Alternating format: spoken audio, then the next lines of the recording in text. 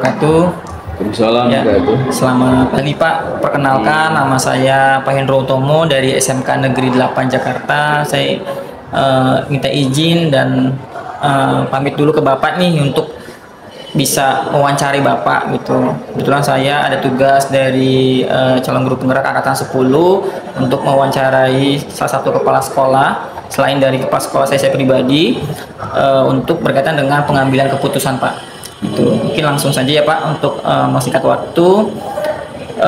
Pertanyaan yang pertama mungkin yang akan saya coba sampaikan ke Bapak, selama ini bagaimana Bapak dapat mengidentifikasi Pak kasus-kasus yang merupakan dilema etika atau bujukan moral Pak?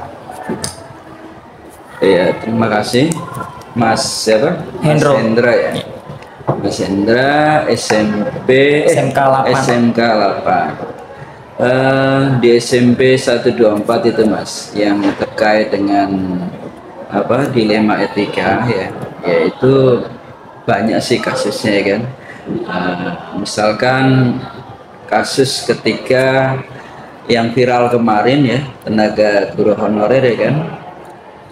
Satu sisi memang saya melihat dia itu memang membutuhkan sebagai apa ya, dia sebagai tenaga kerja, sebagai guru gitu kan, untuk kebutuhan ya kehidupannya gitu. Tapi satu sisi saya melihat dia itu sebenarnya setelah kami lihat dari kinerjanya memang sedikit kurang bagus ya kan. Dilihat dari supervisi yang kami lakukan ya kan, tapi satu sisi dia baru kemarin dia baru mau menikah ya kan? Kita kan sebagai rasa kemanusiaan itu kan tumbuh gitu kan, antara rasa kasihan kemudian saya sebagai seorang pimpinan juga harus mengambil satu kebijakan bagaimana seorang guru yang bekerja kurang maksimal itu juga harus kami pertimbangkan gitu ya, sehingga karena ada kebijakan baru dari pemerintah bahwa guru honorer itu harus dihentikan ya, kami akhirnya menghentikan itu. Walaupun akhirnya ketika PJ Gubernur bilang bahwa mau diangkat lagi untuk dapodiknya, kemudian mau diangkat KKI, nah di situ saya punya pertimbangan lain juga. Dia baru menikah, ya kan, artinya baru membangun rumah tangga. Kemudian kalau misalkan waktu itu udah resign tuh sebenarnya, kemudian saya berpikir gini, dia punya kesempatan untuk menjadi KKI gitu. Akhirnya kami panggil lagi, bagus, ini kesempatan yang bagus lah untuk menjadi dari guru honorer menjadi KKI gitu. Ya satu sisi saya sebenarnya dilihat dari kinerjanya kurang bagus gitu. Tapi satu sisi saya juga melihat pengen dia itu punya punya masa depan yang bagus lah ya kan. Sebagai KKI kan sebagai lompatan tahapan untuk menuju ke P3. Nah itu yang satu identifikasi yang terkait dengan yang ada di sekolah kami. Berarti mohon izin Pak, berarti yang kakak ini sudah Bapak putuskan ya? Dalam arti sudah keluar dari sekolah SMP 124. Nah tadi saya sudah bilang awalnya sudah. Kami panggil lagi. Panggil lagi karena ada himbauan dari gubernur. Iya, PJ Gubernur. PJ Gubernur bilang bahwa dia yang guru honorer yang 4.000 ini mau diangkat menjadi KKI. Kan rasa kemanusiaan itu saya betul Pak, muncul gitu kan. Udah bagus karena dapodiknya belum dihapus. Nah gitu. Jadi saya panggil lagi, satu sisi juga dia baru berumah tangga, baru menikah ya kan. Rasanya sebagai manusia kayaknya kurang nilai kemanusiaannya kayaknya kurang gitu. Bisa juga dulu kan pernah mengalami juga, jadi mungkin yang KKI lah Pak. KKI juga kan kalau di sekolah kan juga nggak begitu aman juga, walaupun kita punya niki takutnya kan kegeser dengan YP3K dan lain-lainnya, mungkin seperti itu. Kalau boleh tahu Pak, yang honor ini perempuan atau laki-laki Pak? Laki-laki. Laki-laki. Laki sebagai kepala rumah tangga kan. Apalagi baru menikah ya Pak. Baru menikah. Jadi dilemanya satu mungkin tadi karena kinerja kurang, tapi memang baru menikah, jadi rasa kasihannya seperti itu ya Pak. Oke, terima kasih Pak. Untuk pertanyaan kedua, selama ini bagaimana Bapak menjalankan pengambilan keputusan di sekolah Pak, terutama untuk kasus-kasus di mana ada dua kepentingan yang sama-sama benar atau sama-sama mengandung nilai kebajikan. Tadi contohnya kan Bapak misalkan satu ada rasa kasihan ya Pak di dalam untuk bahasanya cleansing dalam honor di sekolah, tapi satu sisi juga kebijakan regulasi yang awalnya belum tertuang dari PJ Gubernur itu dari dinas harus adanya pemberhentian atau dalam kutip harus keluar dari sekolah-sekolah negeri, karena memang itu salah kebijakan. Ini bagaimana ketika Bapak waktu itu mengambil keputusannya Pak?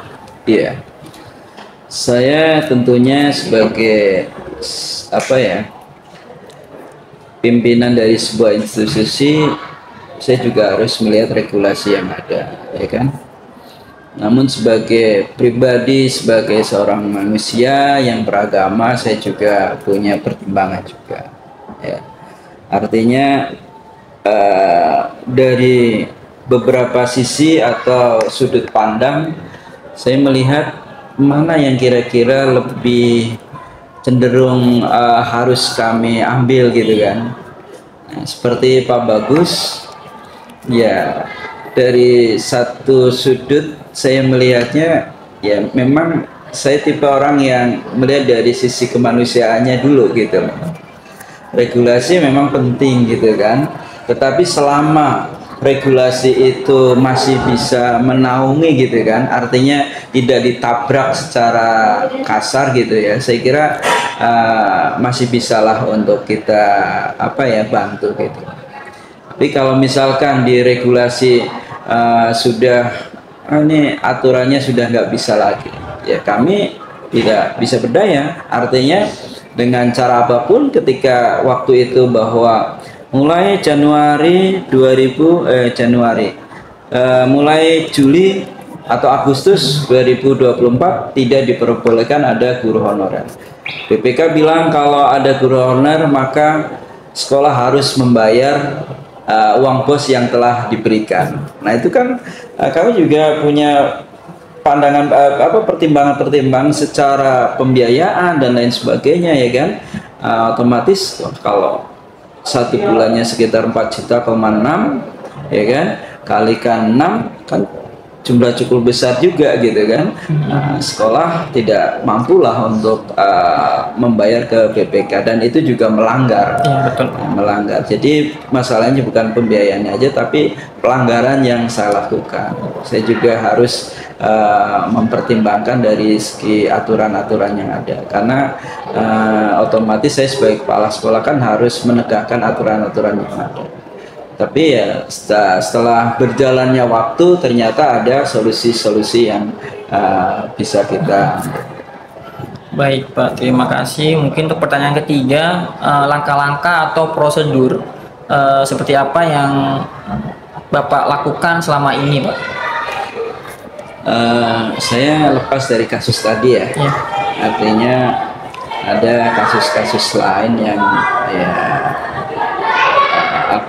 yang saya hadapi ya, misalkan tentang Caraka.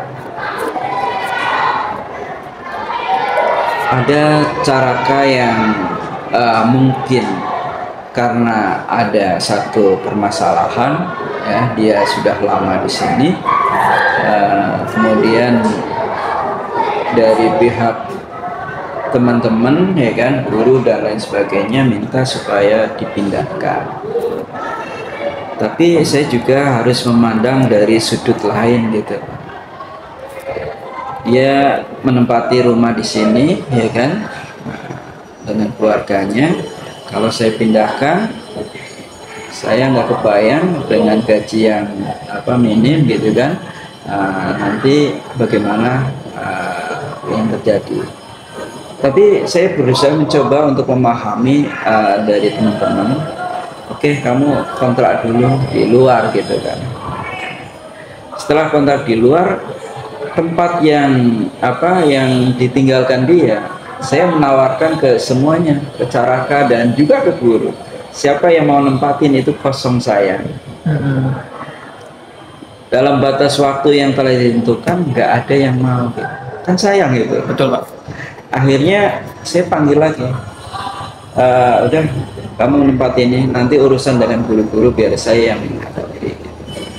Jadi saya tentunya untuk menghadapi itu saya harus punya pendekatan-pendekatan dengan teman-teman, ya kan, tidak serta-merta saya mengambil keputusan.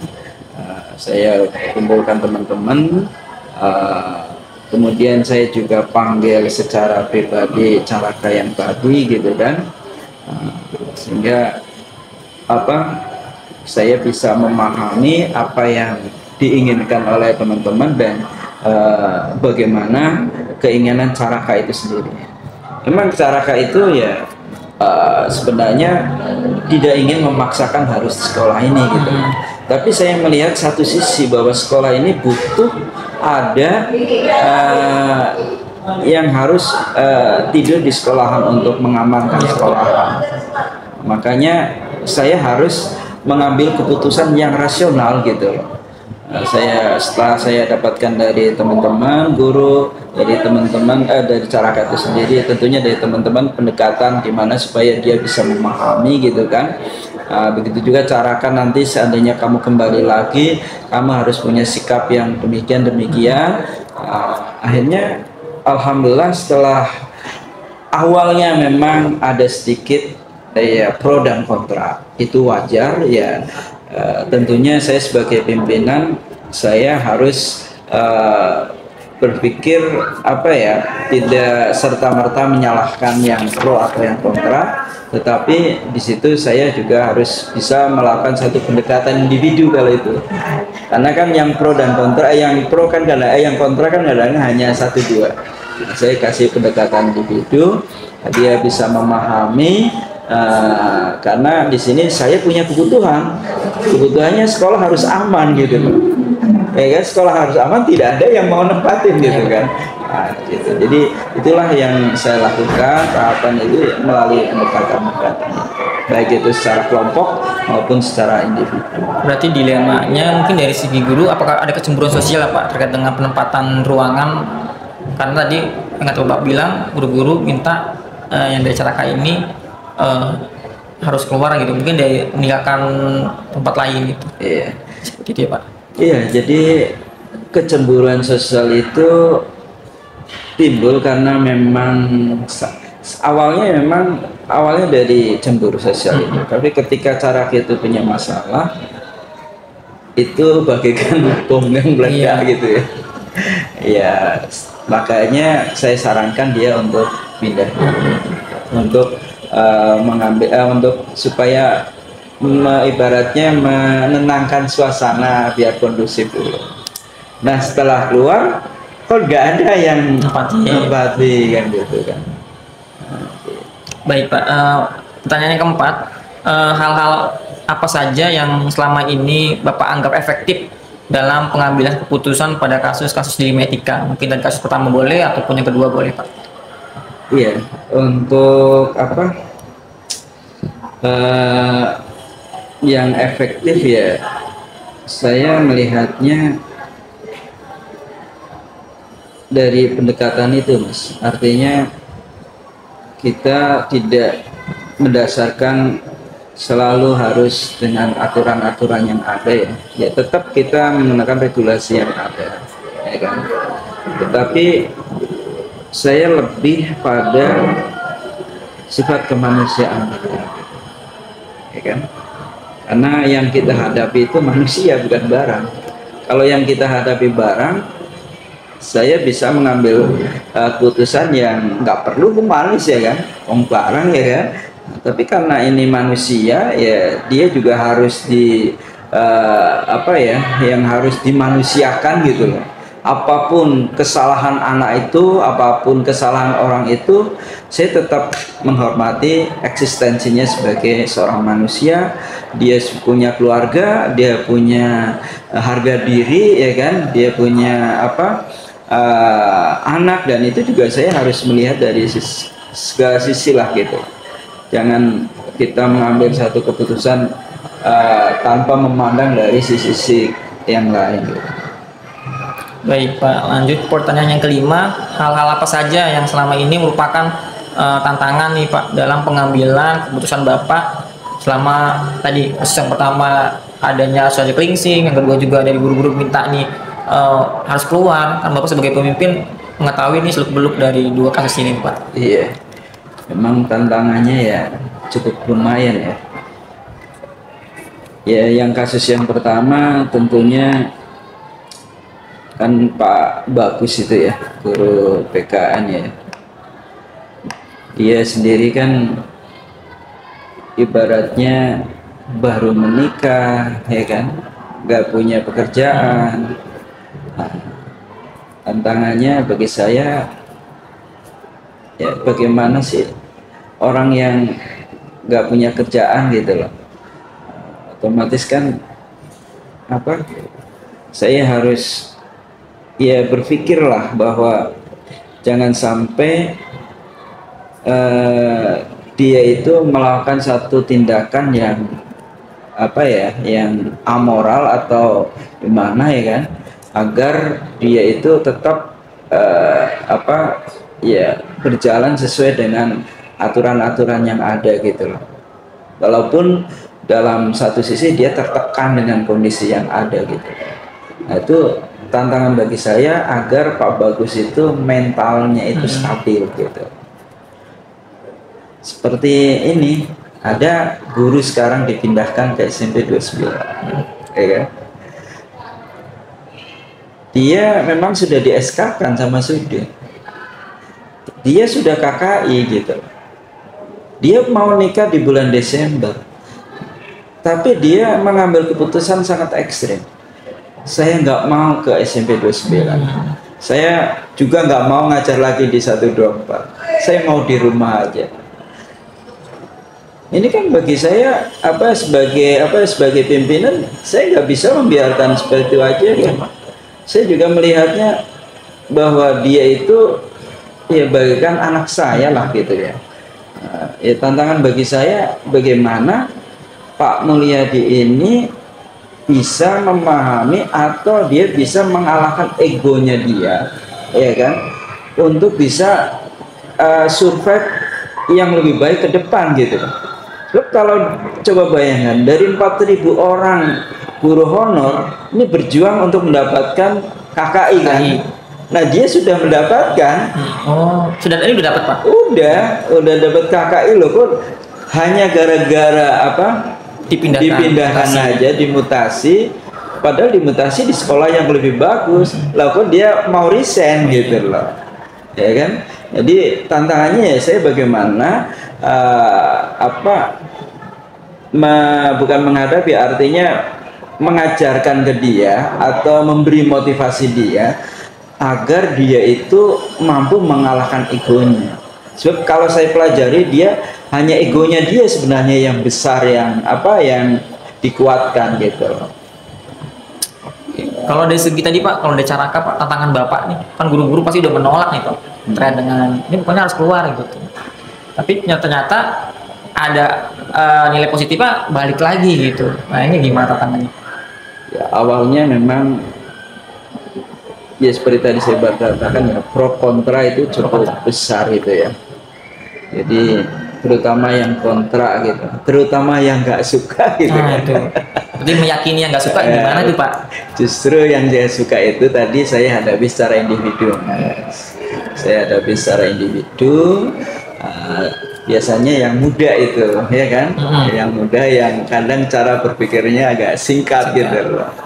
Makanya saya pahamkan ke dia bahwa dalam kehidupan ini cara kami kan sudah punya anak, istri, ya kan, anaknya 3, gajinya kan pas-pasan, dia juga punya utang di bank.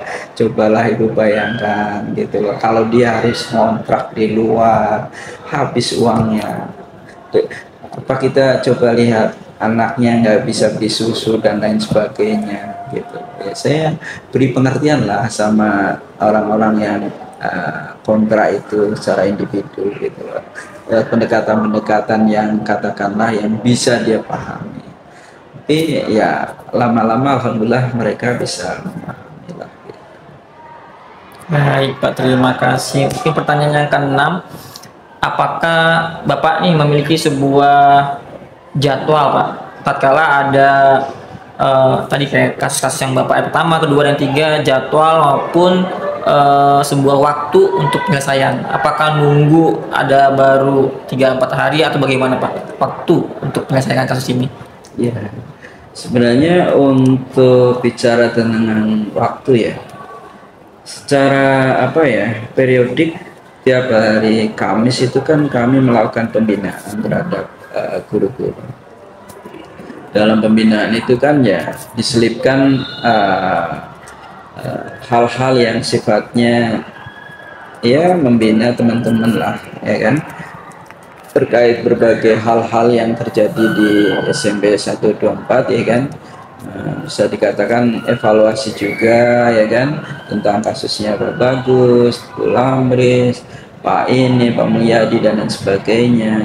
Nah, kemudian kalau terkait masalah apakah ada ya katakanlah seperti kasusnya Pak Bagus, kemudian ada tahapan-tahapan ya, saya iya kalau mengatakan harus ada tahapan ini, harus ini dulu, ini ada dulu ya, ya enggak lah. Artinya gini, saya punya satu apa ya, saya panggil dulu orangnya ya kan. Tapi sebelum panggil saya bicara dulu dengan tim saya ya kan, tentang Pak Bagus atau Caraka yang lain. Jadi ada tahapan saya harus bicara dengan tim saya supaya saya bisa mendapatkan masukan-masukan gitu kan. Dari tim saya sudah dapat masukan, juga kami panggil guru BK, karena guru BK juga menurut saya sudah mumpuni ya terkait masalah-masalah psikologis yang kebanyakan kan teman-teman itu kan masalah psikologisnya cukup lumayan gitu ya kan.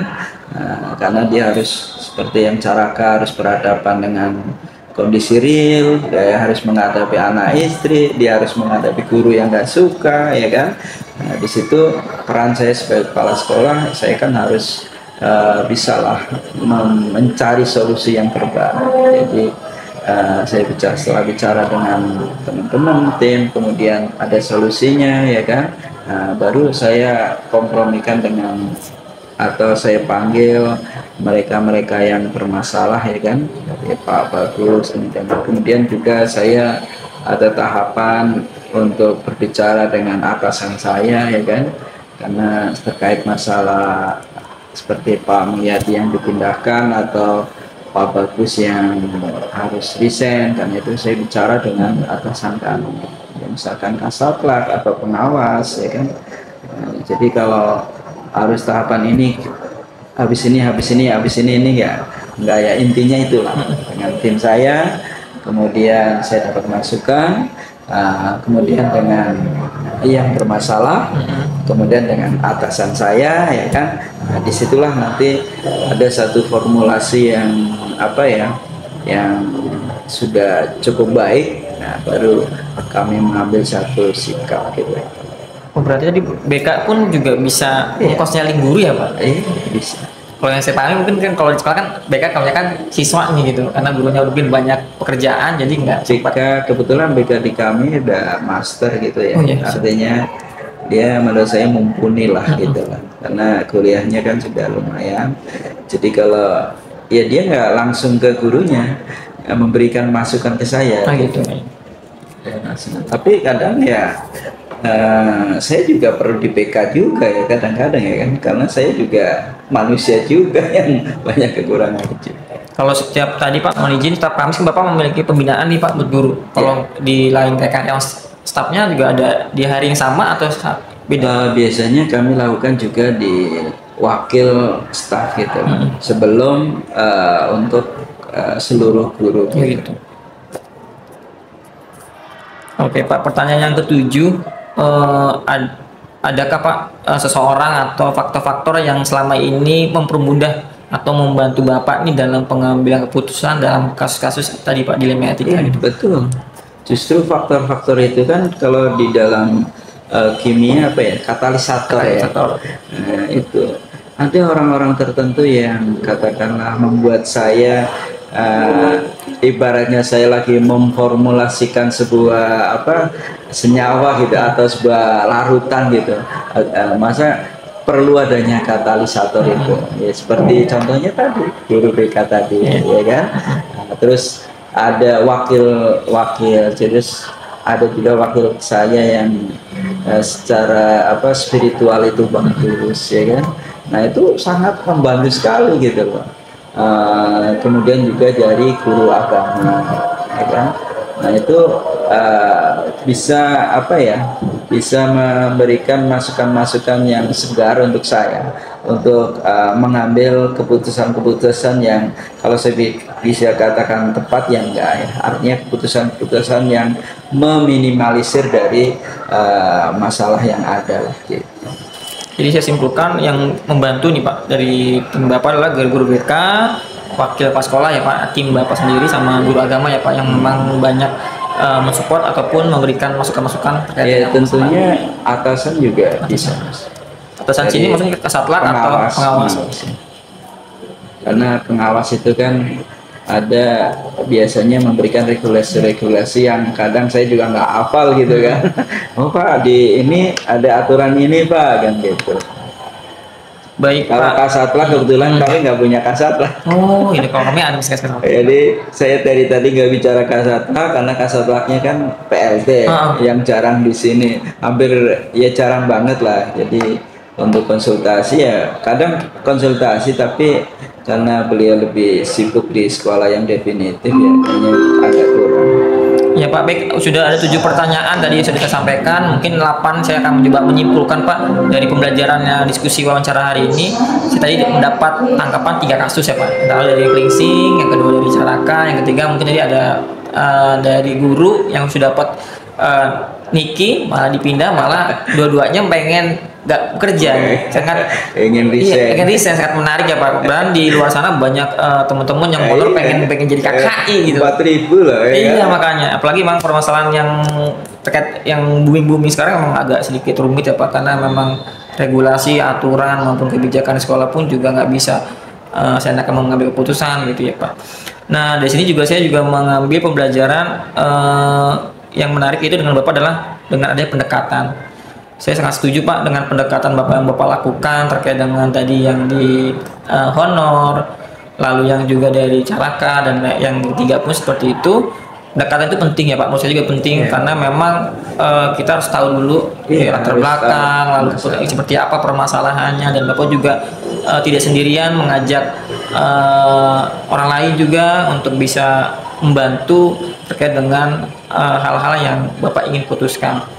Sangat menarik dan buat saya pembelajaran sebagai nanti mungkin calon pemimpin di sekolah atau di jurusan masing-masing. Mungkin terima kasih Pak wawancara hari ini. Mungkin kurang lebihnya mohon maaf dari saya pribadi kalau kurang ada salahnya. Saya cukupkan. Wassalamualaikum warahmatullahi wabarakatuh. Waalaikumsalam. Saya juga mengucapkan terima kasih atas kedatangan Mas Hendro ya kan. Ya, mudah-mudahan nanti menjadi calon pemimpin di masa yang akan datang ya kan. Karena di masa yang datang pasti tantangannya akan luar biasa ya kan. Sebelumnya saya minta maaf, mungkin ada beberapa pertanyaan-pertanyaan yang kurang jawabannya kurang signifikan atau kurang mengena gitu kan. Dan nanti tolong dilengkapi aja. Baik Pak, saya kira itu aja. Assalamualaikum warahmatullahi wabarakatuh. Waalaikumsalam. Makasih Pak ya.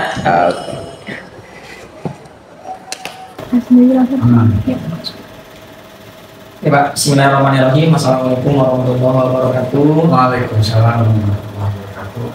Saya Hendro Utomo Pak, calon guru penggerak angkatan 10. Mohon izin waktunya Bapak untuk bisa mewawancarai terkait dengan pengambilan keputusan. Langsung saja Pak, terkait dengan 7 ada pertanyaan. Yang pertama adalah selama ini bagaimana Bapak dapat mengidentifikasi kasus-kasus yang merupakan dilema etika Pak atau bujukan moral di SMK Negeri 8? Ya, untuk contohnya lah ya, misalnya pada saat PPDB,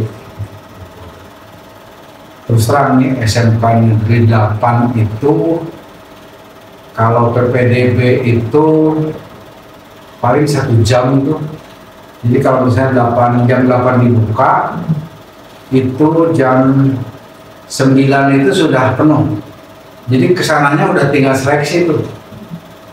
Keluar yang kecil, masuk yang besar terus. Nah di situ sering ada orang tua yang meminta bantuan untuk bisa dibantu, bisa masuk. Itu yang pertama. Kemudian yang kedua, mutasi. Ini masih sama-sama penerimaan mahasiswa baru. Mutasi.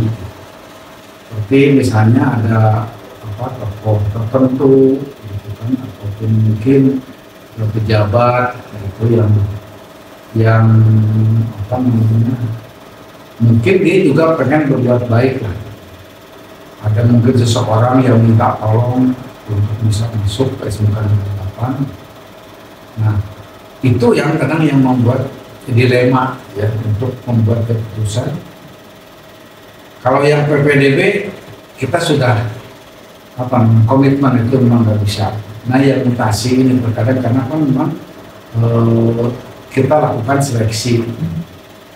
Kadang saya biarkan aja seleksi gitu, dan ternyata memang yang bersangkutan lolos tanpa dengan pengaruh apapun dia lolos gitu. Jadi saya bisa sampaikan itu yang terkadang yang harus kalau memang misalnya. Kemudian dari sisi pembinaan siswa, misalnya ada siswa yang melakukan pelanggaran, sementara yang namanya sekolah itu kan seharusnya melakukan pembimbingan. Nah, sementara kan di guru-guru itu, ini nggak bisa, ini pelanggarannya berat, mungkin harus dikeluarkan. Nah, sementara kan di dalam tata tertib itu atau dalam ketentuan tidak ada siswa dikeluarkan, tapi dipindahkan. Akhirnya kita memaksa orang tua itu untuk memindahkan anaknya, artinya dikeluarkan berarti secara tidak halus lah. Nah, ini yang terkadang pertama dengan batin kelas kita maunya ataupun harusnya itu nggak sampai ke situ. Tetap karena kita mau kesalahan sebesar apapun itu harus kita bina. Yang namanya sekolah itu adalah melakukan pembinaan untuk anak itu tidak melakukan kesalahan. Kemudian yang berikutnya masalah keuangan ya. Sering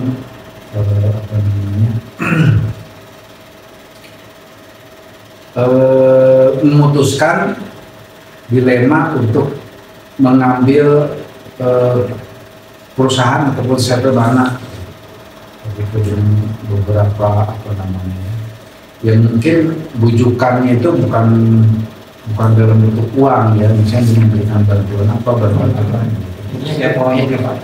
Untuk memutuskan untuk sekolah apa itu barangkali yang sering. Baik Pak, terima kasih. Mungkin pertanyaan kedua masih nyambung di poin yang pertama, ketika ada kasus seperti ini Pak, bagaimana Bapak mengambil keputusan terkait dengan kepentingan yang sama-sama mungkin benar atau sama-sama mengandung nilai kebajikan? Bagaimana? Ya, kalau saya gini,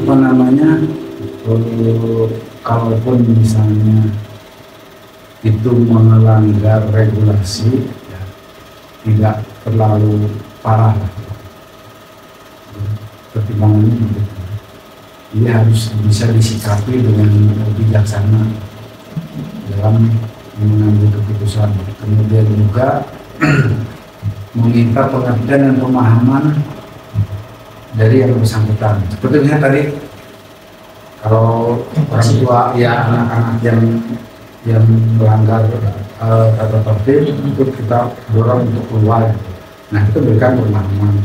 Artinya karena iklimnya masih seperti itu, bapak ibu guru masih kurang menerima, ya kasihan kalau dipaksakan, dia akan tertekan ke anaknya. Jadi mencari solusi terbaik untuk keputusan apabila ada yang seperti itu.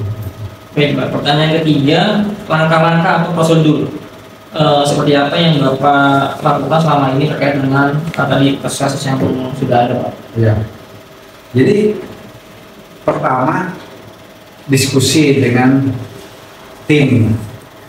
Kalau pas ketemu kasus, pertama diskusi dengan tim, kemudian kita renungkan baik buruknya, setelah itu baru ada keputusan. Jadi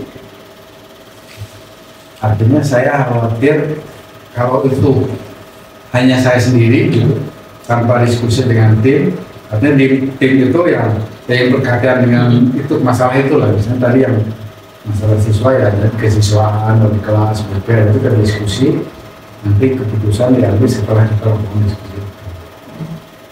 Pertanyaan yang keempat, hal apa saja yang dianggap efektif dalam pengambilan keputusan pada kasus-kasus di etika ini?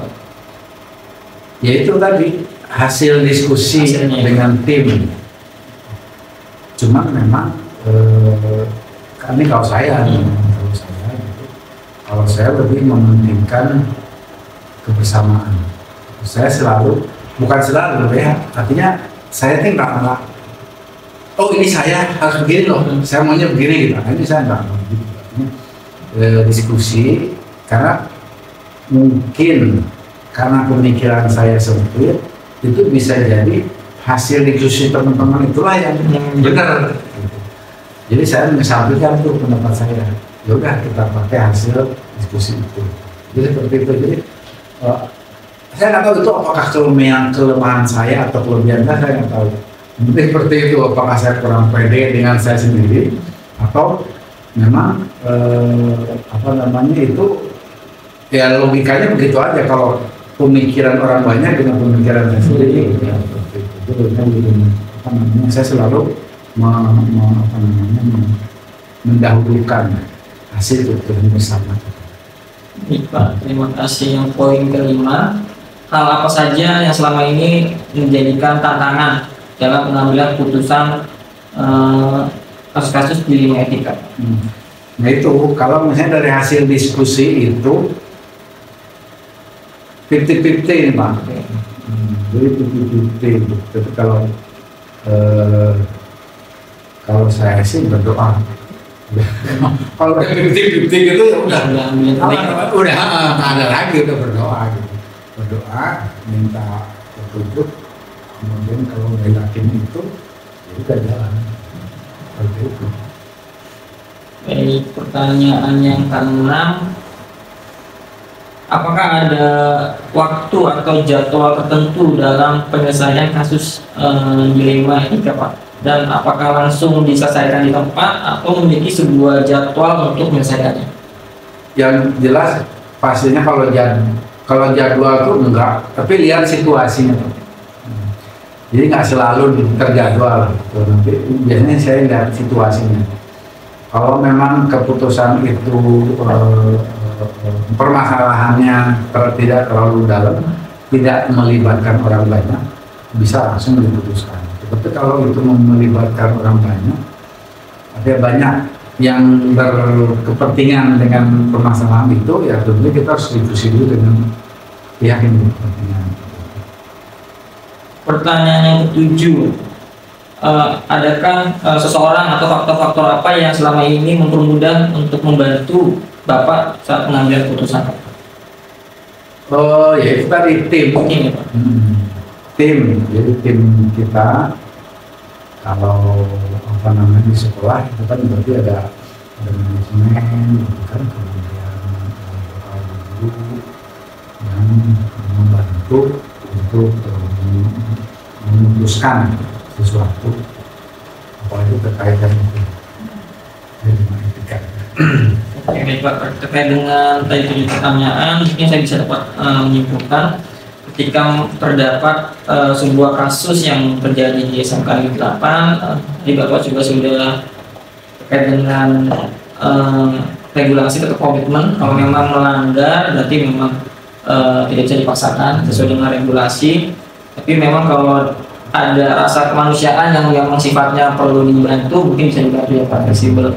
Lalu juga tadi saya menanggapi bahwa walaupun saya masih baru Pak di sini 1 tahun 6 bulan gitu, saya merasakan memang di kepemimpinan Bapak itu lebih fleksibel dan memang teman-teman lebih enjoy Pak, termasuk kami-kami yang baru. Kenapa? Karena kami juga mungkin bahasanya sudah dirangkul gitu Bapak. Artinya memang di sini ketika Bapak melakukan lihat situasi lalu diskusi, memang ini yang diperlukan. Mungkin sih kalau dari saya pribadi tetap ditingkatkan di diskusi dan ini semoga hasil yang diharapkan sesuai dengan tim bersama seperti itu. Mungkin cukup Pak dari wawancara saya hari ini. Mungkin kurang lebihnya saya mohon maaf. Saya tutup mengucapkan wassalamualaikum warahmatullahi wabarakatuh. Waalaikumsalam. Terima kasih Pak. Ya. Sukses ya Pak. Berarti udah ke 3.1 3.1 ya. 2 lagi. 3 lagi ya.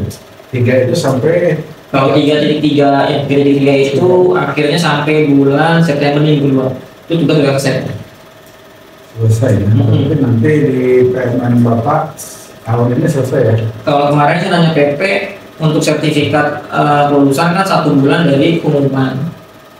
1 bulan Dari pengumuman. Enggak Pak, langsung. Nah, kata 9 saya itu pengumuman, suaranya udah langsung dulu sertifikat dulu saya dengar. Ya. Cuman dari apa namanya, yang lopat terakhir tuh lopat panen sampai pengumuman itu yang agak lama mungkin sebulanan. Oh gitu. Jadi kan ada lopat terakhir itu lopat berapa? 7 ya? 7. Nah, lopat 7. Nah dari selesai lopat 7 sampai pengumuman itu lama. Iya. Sebulanan. Lokat 7 itu diprediksi Oktober. Oktober, kita kelulusan itu di bulan November. Nah kalau untuk tugas di LMS sampai bulan September itu berdua. Nah September ada Oktober itu ada loka sama panen terakhir. Oktober ya, Oktober November udah aman nih, berarti tahun ini selesai. Jadi bisa masuk PMN. Kayaknya bisa. Itu sertifikatnya. Kalau kemarin sih saya mau itu kemarin masuk PMN. Saya ngajunya nggak CGP sih Pak. Yang belajar sama modul belajar dulu kan sebulan. Nah, Desember bisa dimasukin. Ya. Pak boleh kita foto? Ya foto. 1, 2, 3. 1, 2, 3. Ayo. Dah. Ya. Pak, makasih banyak. Ya, sukses ya Pak. Sama-sama Pak. Ya.